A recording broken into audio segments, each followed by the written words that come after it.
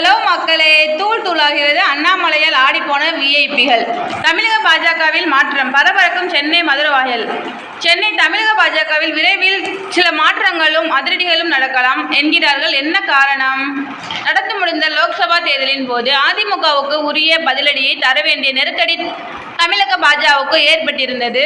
அத்துடன் வாக்கு வங்கியையும் உயர்த்த வேண்டிய கட்டாயமும் பாஜகவுக்கு ஏற்பட்டிருந்தது. இதைவிட முக்கியமாக பலம் வாய்ந்த திமுகவின் தொகுதிகளில் நெருக்கடியை தந்தே ஆக வேண்டும் என்ற அவசியமும் ஏற்பட்டது. எனவேதான் பிரபலங்கள் வேட்பாளர்களாக களமிறங்கியது. அத்துடன் தொகுதிகளில் தாராளத்தையும் வாரி இறைத்திருந்தது. பாஜக தோல்வி. ஆனால் பாஜகவின் வியூகம் தரைமட்டமானது. அடிமட்ட நிர்வாகிகளுக்கே முறையாக பணம் போய் சேரவில்லையாம். சில இடங்களில் உட்கட்சி பூசலும் உள்கொத்தும் வெடித்து கிளம்பின. இதனால் களப்பணிகளை ஒழுங்காக மேற்கொள்ளப்படவில்லையாம். அதே போல பூத் ஏஜென்ட்களுக்கு கொடுக்கப்பட்ட நிதியில் ரூபாய் 40 லட்சம் வரை விருதுநகர் பாராளுமன்றம் தேர்தல் பணிக்குழுவினர் சுருட்டிவிட்டதாகவும் அவர்கள் மீது நடவடிக்கை எடுக்க வேண்டும் என்று கோரி மதுரை, திருமங்கலம், திருப்பரங்குன்றம் உள்ளிட்ட பகுதிகளில் போஸ்டர்களும் அடித்து ஒட்டப்பட்டன. அண்ணாமலை மேற்கொண்ட புகார்கள் அனைத்துமே மாநில தலைவர் அண்ணாமலையின் பார்வைக்கும் அனுப்பி வைக்கப்பட்டதாக செய்திகள் வெளியாகின. அதற்கேற்றபடி கடந்த மே மாத இறுதியில் சென்னையில் நிர்வாகிகள் கூட்டத்தை கூட்டியிருந்தார் அண்ணாமலை. எனவே மறுபடியும் பல நிர்வாகிகளின் பதவிகள் பறிக்கப்படும் என்று எதிர்பார்க்கப்பட்டது. அது மட்டுமல்ல, தேர்தல் செலவுகள், பணிகள் தொடர்பாக அண்ணாமலையிடம் புகார் செய்ய வேண்டும் என்பதற்காகவே நிர்வாகிகள், வேட்பாளர்கள் பல திட்டமிட்டிருந்தனர். பணத்தை சுருட்டிய நிர்வாகிகள் மீது புகார் செய்ய பலரும் ஆதாரத்துடன் காத்திருக்கின்றனர். என்ன காரணம்? ஆனால் அன்றைய தினம் கூட்டம் தொடங்கியதுமே பணம் சுருட்டல், கட்சி மோதல் குறித்து யாரும் பேசக்கூடாது, வாக்கு எண்ணிக்கை குறித்து மட்டுமே பேச வேண்டும் என்று முன்கூட்டியே அண்ணாமலை கண்டிப்பாக சொல்லிவிட்டாராம். இதனால் ஆதாரத்துடன் புகார் கொடுத்த வந்தவர்கள் அதிருப்தியும் விரக்தியும் ஏமாற்றம் அடைந்ததாக செய்திகள் கசிந்தன. கட்சி ஆபீஸுக்கு போனாலும் புகாரை வாங்குவதில்லை, கூட்டம் நடத்தினாலும் புகார் சொல்ல விடுவதில்லையே என புலம்பிக் கொண்டே போனார்களாம் நிர்வாகிகள். தமிழக பாஜக இதற்கு பிறகுதான் அதிரடி முடிவு ஒன்றை தமிழக பாஜக கையில் எடுத்தது. அதன்படி தேர்தலுக்கு முந்தைய ஆய்வுகள், கணிப்புகள் மற்றும் பாஜகவுக்கு சாதகமாக இருந்தும் வெற்றி வாய்ப்பு கை நழுவியது எப்படி என்ற ஆய்வில் இறங்கியது.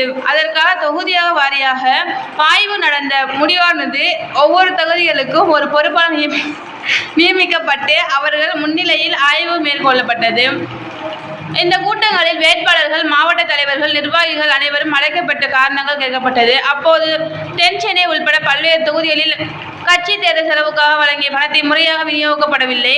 கோஷ்டிகளால் தேர்தல் வேலைகளின் உள்ளடி வேலைகளும் நடந்தன. சில தொகுதிகளில் நிர்வாகிகளுக்கிடையே கைகலப்பு, மோதல் நடந்தன என்றெல்லாம் புகார்கள் சொல்லப்பட்டதாம். ஆய்வுக் கூட்டம். இந்த ஆய்வுக் கூட்டம் நாளையுடன் முடிவடைய உள்ள நிலையில் இது தொடர்பான விரிவான அறிக்கையை தயார் செய்து அண்ணாமலையிடம் வழங்கப் போகிறார்கள். நாளை மறுநாளே 6ஆம் தேதியே பாஜக மாநில செயற்குழு கூட்டம் மதுரவாயலில் நடக்க உள்ளது. பாஜக நிர்வாகிகள் முதல் தொகுதி பொறுப்பாளர்கள் வரை கிட்டத்தட்ட 4000 பேர் இதில் பங்கேற்க உள்ளதாக தெரிகிறது. இந்த கூட்டத்தில் தேர்தல் தோல்வி தொடர்பாக நிச்சயம் விவாதிக்கப்படும் என தெரிகிறது. அதே போல கூட்டத்துக்கு பிறகு புகாருக்கு ஆளான நிர்வாகிகளின் பதவிகளை பறிக்க திட்டமிட்டிருக்கிறார்களாம். களையெடுப்பு. தேர்தல் களப்பணியில் ஆர்வம் காட்டாதவர்கள், பணத்தை முறையாக விநியோகிக்காமல் கையாடல் செய்தவர்கள் என அத்தனை பேருக்கும் கட்டம் காட்டும் முடிவினை தமிழக பாஜக எடுக்கப் போவதால் கட்சி நிர்வாகிகளுக்கிடையே பரபரப்பை தோற்றிக் கொண்டிருக்கிறதாம். அது மட்டுமில்லாமல் சட்டசபை தேர்தலில் அதிக சீட்களில் போட்டியிட முடியும் என்பதால் ஏராளமான இளைஞர்களுக்கும் புதுமுகங்களுக்கும் தமிழக பாஜகவில் வாய்ப்பு தரப்போவதாக ஏற்கனவே செய்திகள் வெளியாகி வந்தன. எனவே இதற்கான நிர்வாகிகள் தேர்வுகளும் நடக்கலாம் என்கிறார்கள்.